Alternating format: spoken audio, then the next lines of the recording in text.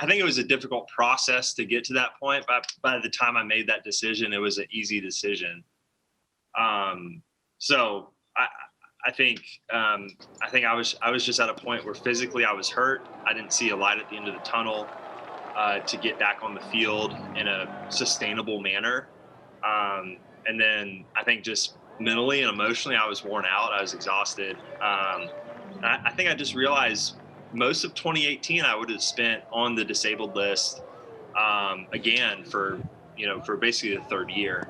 And being on the DL, being hurt's kind of a grind. Sometimes it's a lot of work with sometimes not a lot of payoff. You don't get the competition, and I'd been doing that for the bulk of the last 2 years. And so I just said, I need a little breather. I need a break. I don't know what that looks like, whether I was forever or for, 3 months, 6 months, a year, a couple years. I don't know. So by that time I made that decision and I had to make it knowing, it's a privilege to be able to play baseball and play it professionally, and jobs aren't, given to just anyone who wants them. You've got to earn it. So I knew that if I made that decision, that it may be the last time I ever step on a baseball field. And once I came to a place of peace with that realization, the decision was easy because I knew it really was the best decision for me at that time. What did you do to keep yourself baseball ready if you ever wanted to come back? And then what kind of led to the decision of you deciding, I want to give this a go again? Honestly, I didn't do anything to keep myself baseball ready for a while. I kind of approached 2018 as if I would never play again.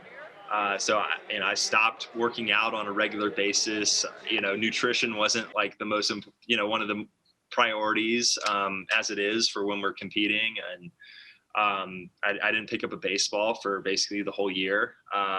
So yeah, I legitimately lived as if I would never play again. I was around the game a lot still. My college roommate, one of my best friends, Stephen Piscotti.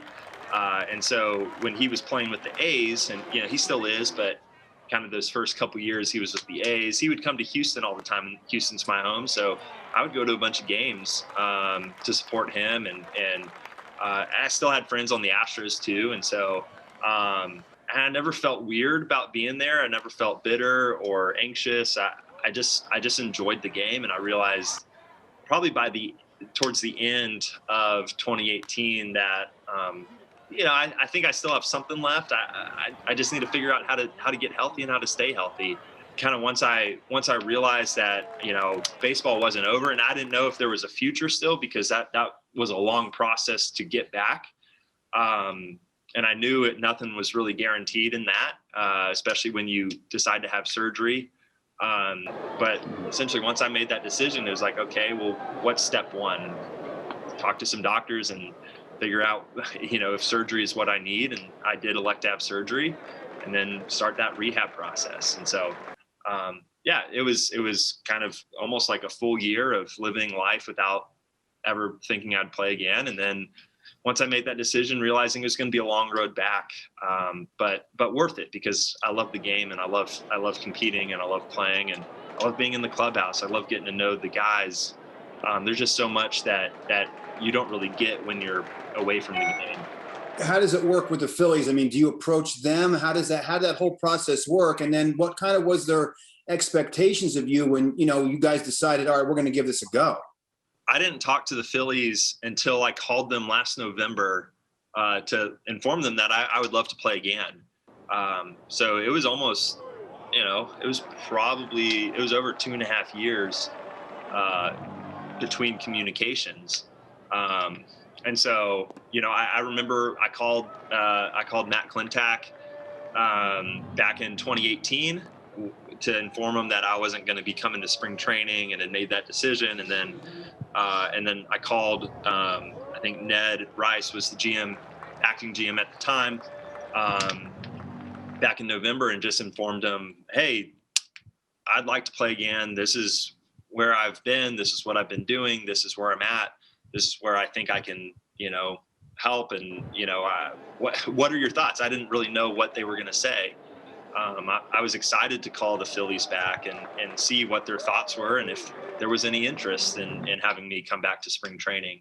And fortunately, there was. And Ned just said, "Hey, we're gonna make a note of this, and we have a lot of off-season things going on. We have roster limitations, all this stuff.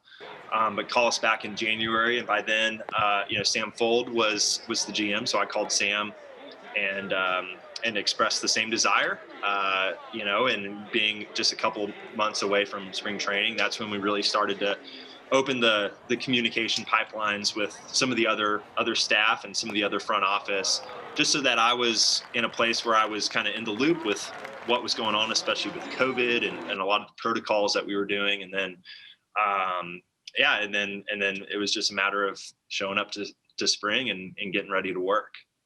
Realistically, moving forward now, what are your expectations of yourself? What goals have you set for yourself this season? Realistically, my goal from the very beginning is the same: is to pitch healthy and to do my best every day.